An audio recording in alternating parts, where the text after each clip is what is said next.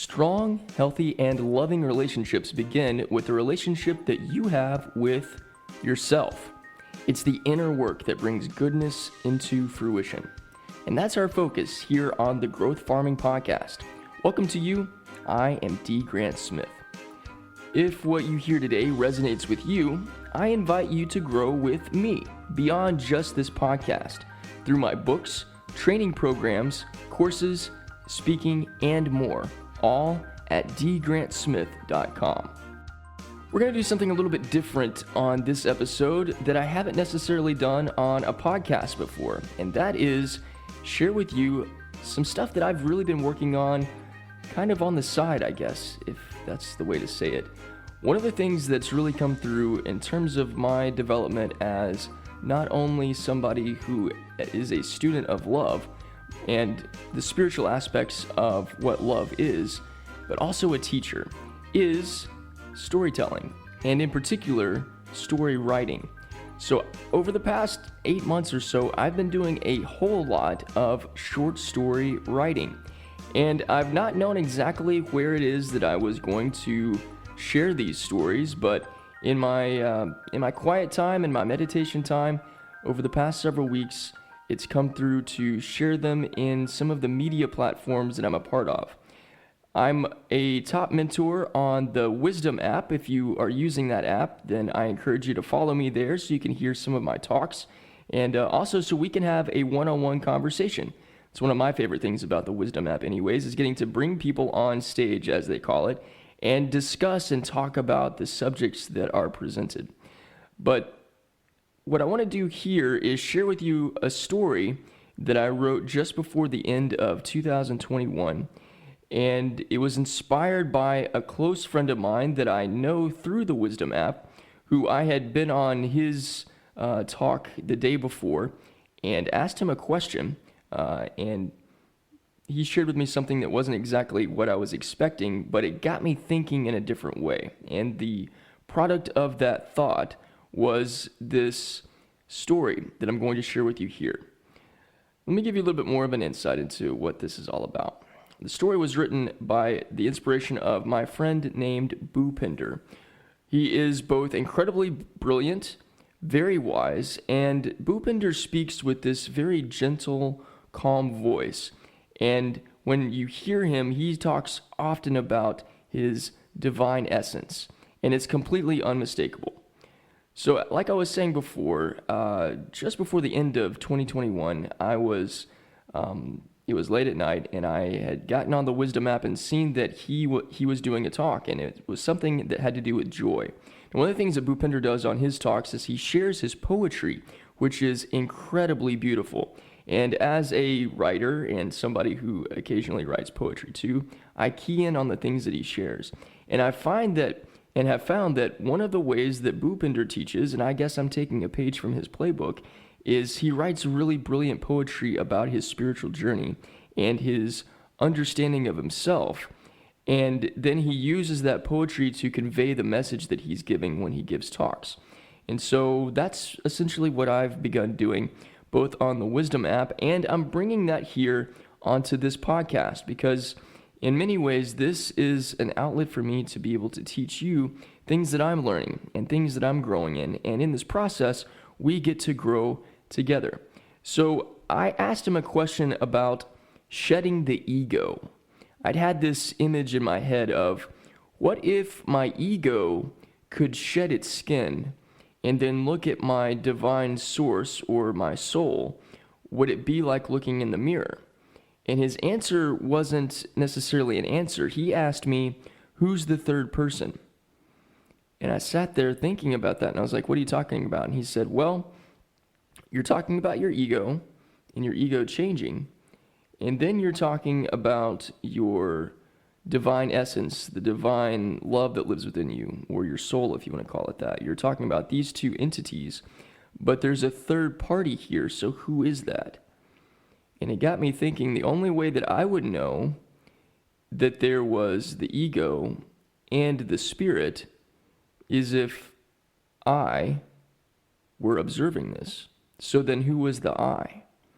And that got me thinking about things and reflecting for a little while. And I spent the rest of the evening, and it was, 10:30 at night, so I didn't spend a whole lot of time that evening, but I spent the next day just pondering this concept.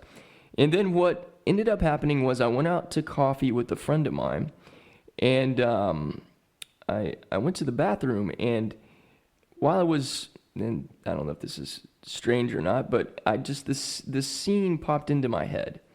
And with most of my short story writing, especially now, the way everything begins isn't necessarily with this full-blown storyline already laid out. It's just one scene that I'm given. And when I jump into the story and I allow the scene to just unfold, then this beautiful story emerges from this, and that's what I end up writing and getting to share. And it's a different way of storytelling, and it's a different way of teaching for me, because in my past life, I guess, I have tried to have everything mapped out ahead of time before I begin.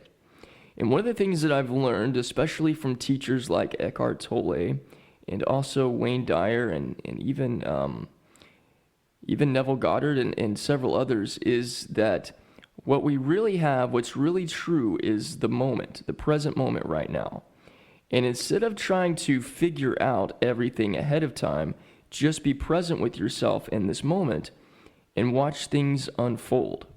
And so, as I allowed myself to do that and kind of followed this scene that had popped into my mind, a whole story came out of it. And it ended up being about 5 minutes, but I started thinking about this story, and then I went back to my office, and I just really felt from the depths of me, my higher power, say, you need to write down what you saw. Write your story. And so I pulled out my journal, and I wrote this story. The message, I think, is somewhat clear. I hope that it's clear to you. I think it's also something that can be very challenging for us, because it challenges the way that we've based our presentation of who we are to other people for so long. But it's this concept that we are more than just what our name might imply. This is possibly going to challenge some of your ideas, some of your notions, maybe even some of your beliefs about who you are. And it's about learning how to connect with the real essence of yourself and allowing that to transcend your concept of your identity. And if you'll allow yourself to go through this journey, then you'll discover who you really are. And who you really are is love in human form. So the name of this story is simply My Name Is. Here's the story. Steve and Jeff walked across the mezzanine. It was a cool afternoon in October. The fall had come quickly, turning the leaves orange and yellow.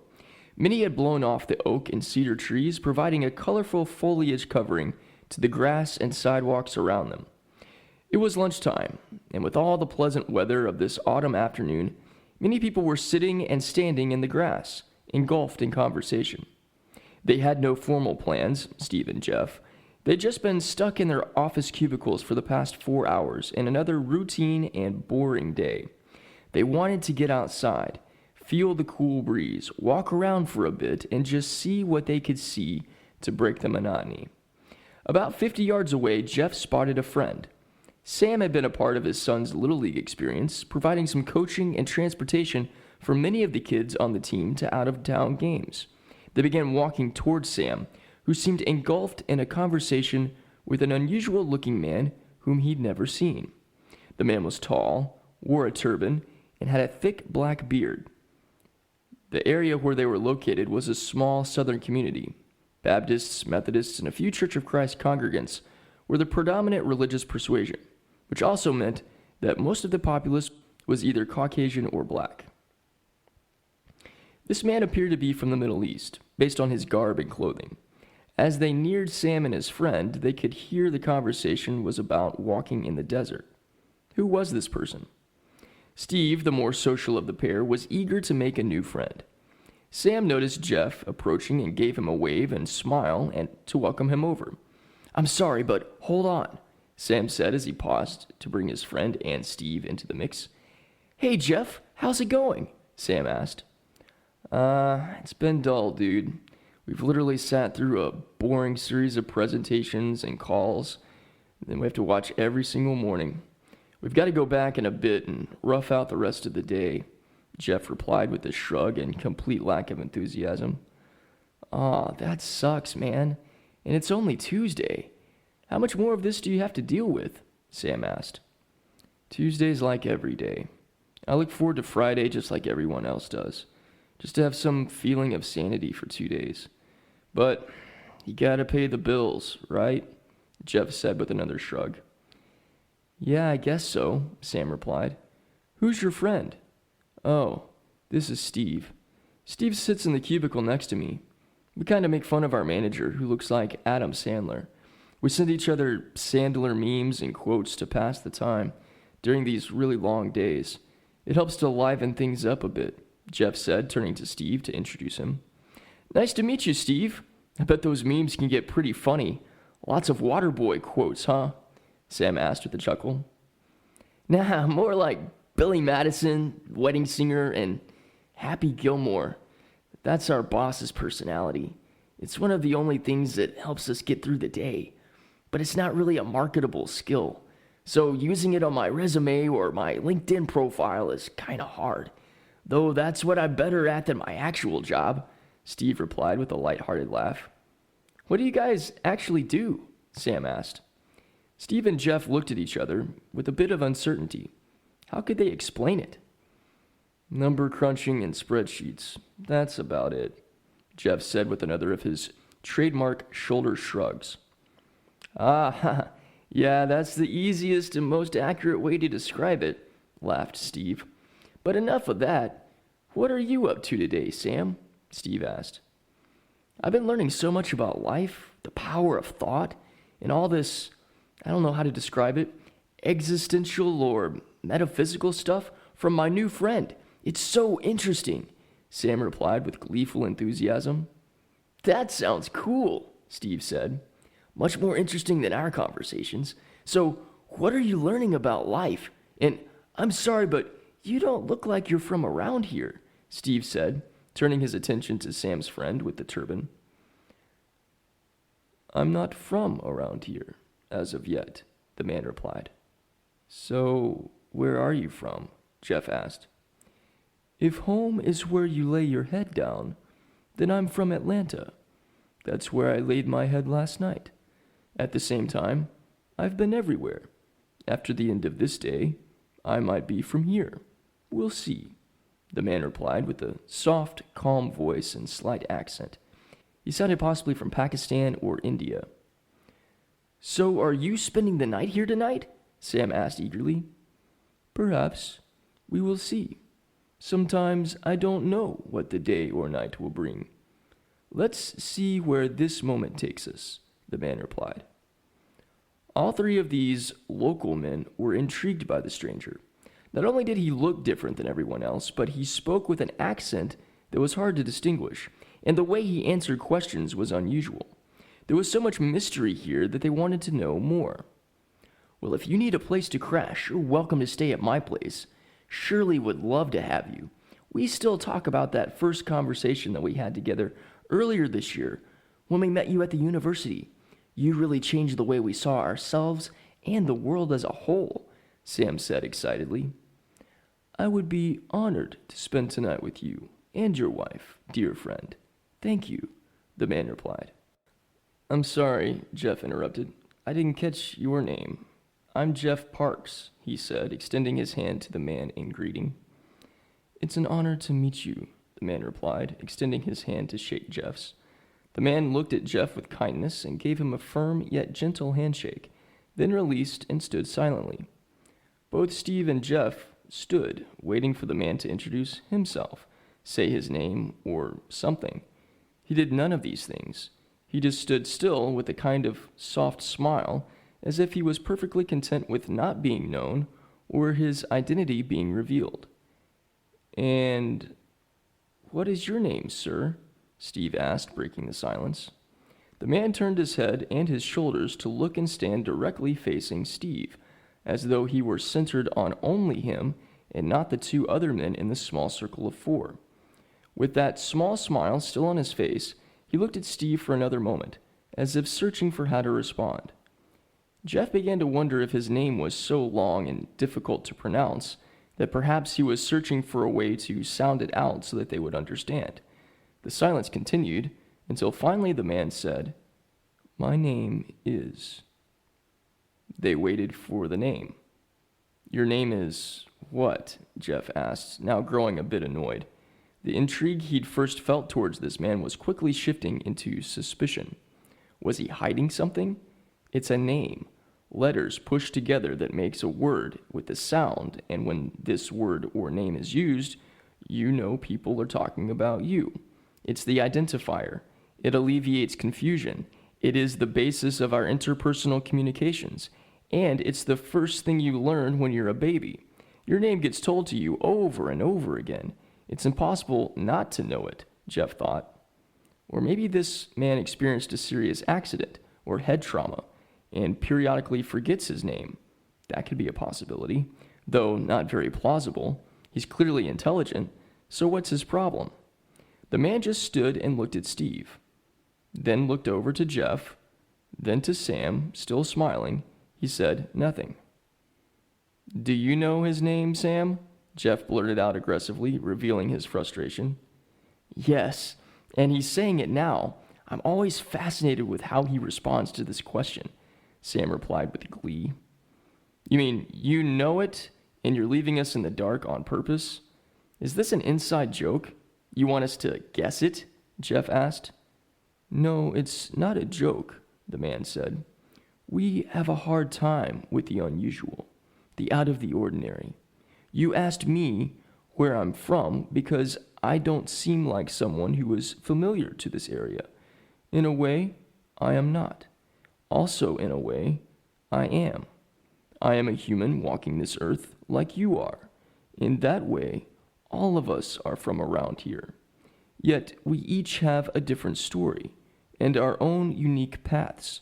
So in that way, you are not from the exact same place as anyone else because only you have walked and stood in your shoes. I am not trying to be mysterious, though I completely understand your frustration. My name is unusual, or what could be considered my name. It's something other than a word," the man replied calmly.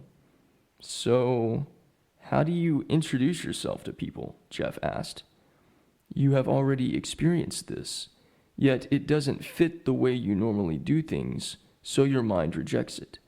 But can you hear with something other than your ears and your mind? Can you feel the energy of this place or of me?" the man asked. "Energy? What do you mean?" Jeff asked, with some of the frustration dissipating and intrigued curiosity returning. "How do you feel right now, apart from the uncertainty regarding a name to identify me with?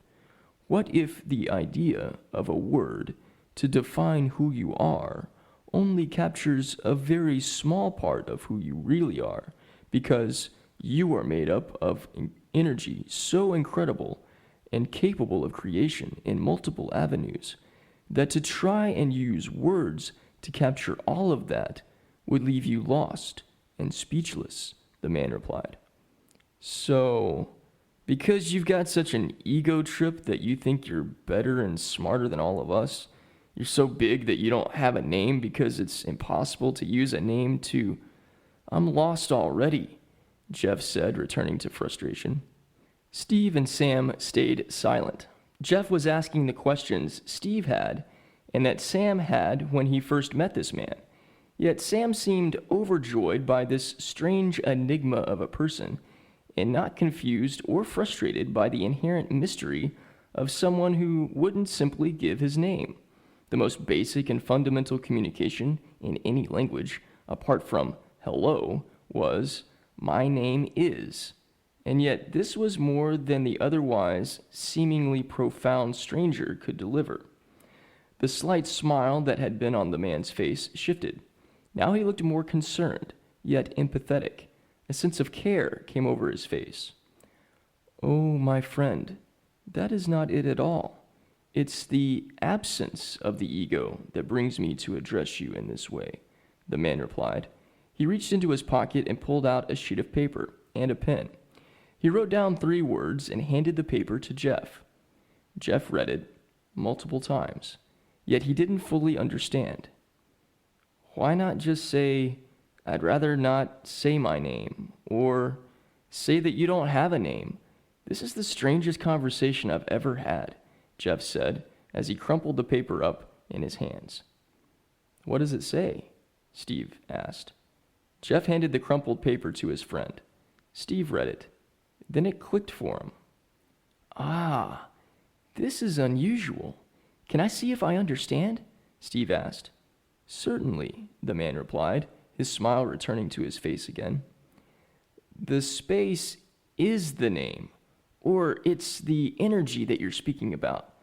I felt lost, bored, hopeless, and tired all day. Even our little meme exchange earlier did little to bring any kind of happiness or hope to my mind today.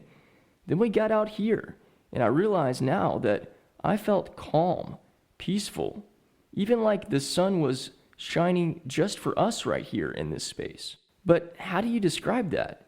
And if you're saying that we are more than our name, and our name is how we think we have to identify ourselves to the whole world, maybe getting out of that box is kind of like doing away with the whole name thing altogether?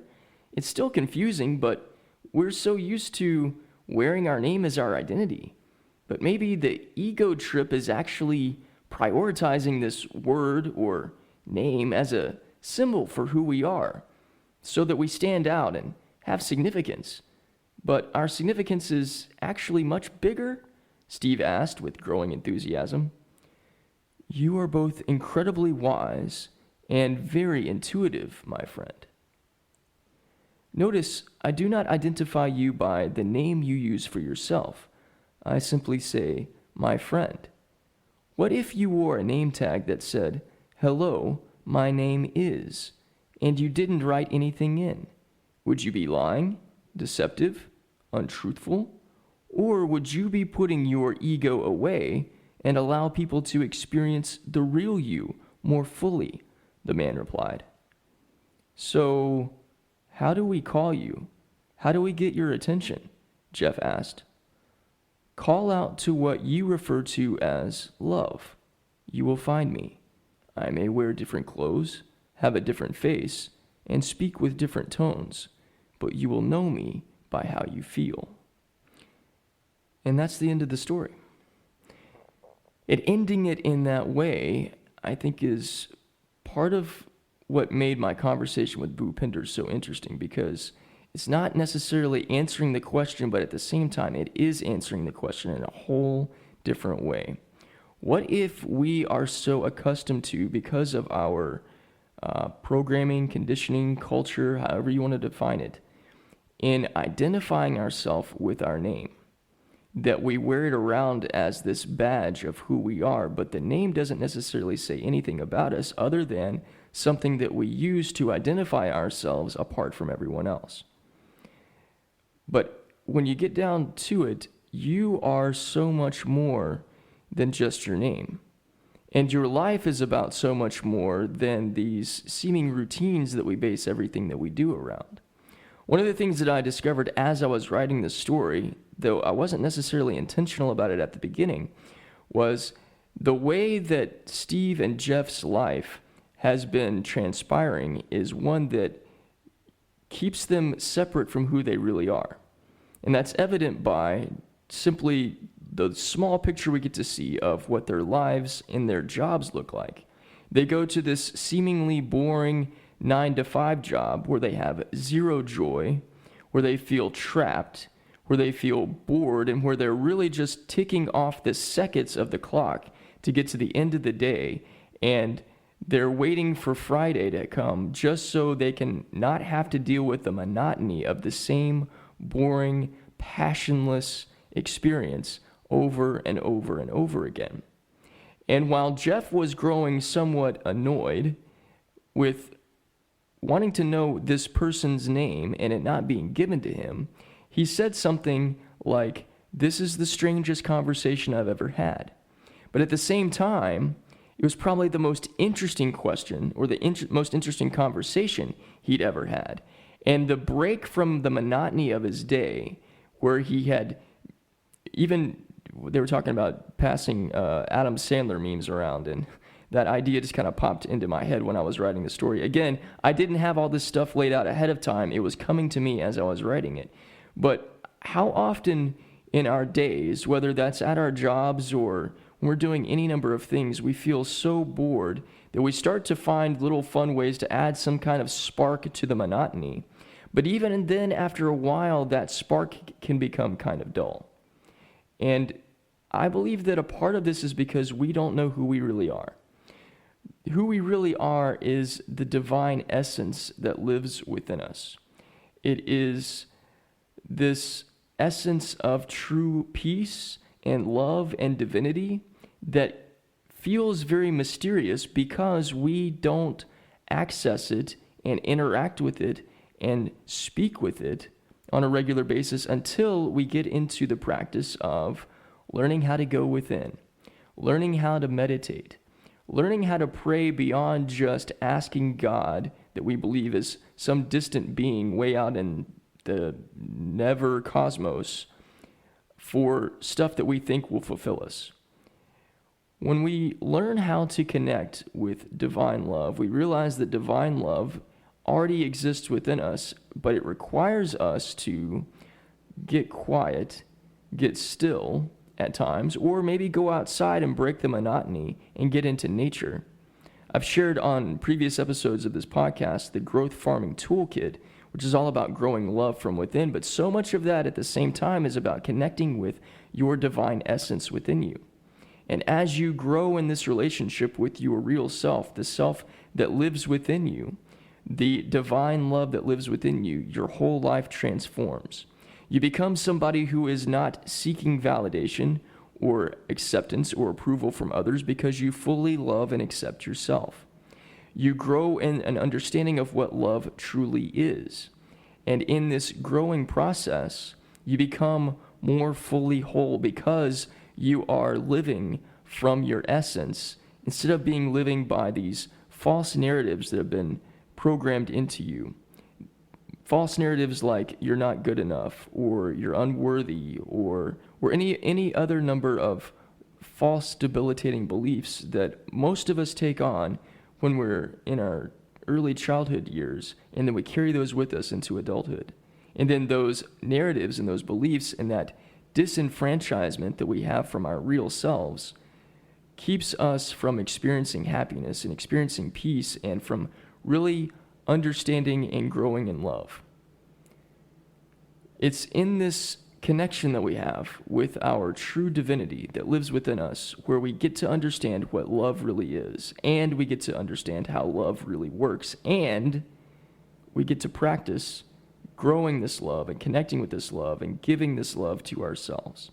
And ultimately, it's this love connection that it already exists within you that transforms all of your relationships.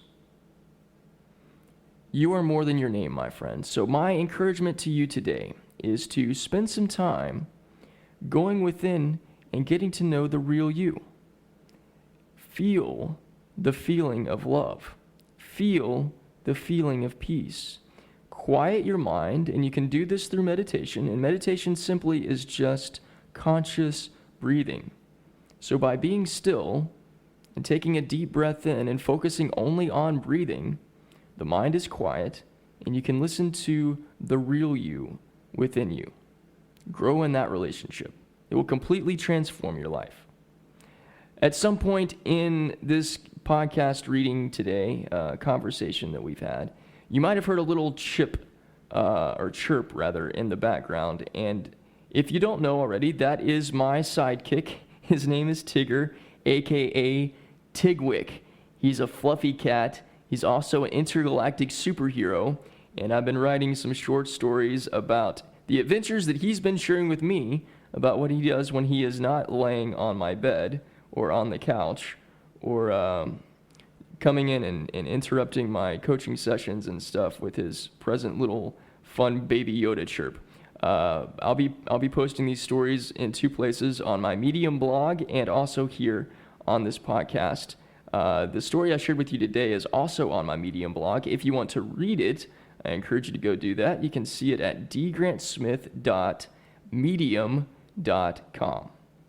And if you want help growing love from within you so that you can produce your best life, transform your relationships, and feel whole and operate from wholeness, that begins by learning what love actually is and how to bring wholeness, peace, and joy into your life instead of struggle, difficulties, and strain. We grow and harvest love when we practice giving real love to ourselves, and that has everything to do with cultivating our relationship with ourselves. Break free and transform yourself with me through my training programs and materials, all at my website, dgrantsmith.com. Until next time, you know me, I'm your friend D, sending you rays of light and love from the Growth Farming Podcast. I believe in you, I love you, and I'll see you soon.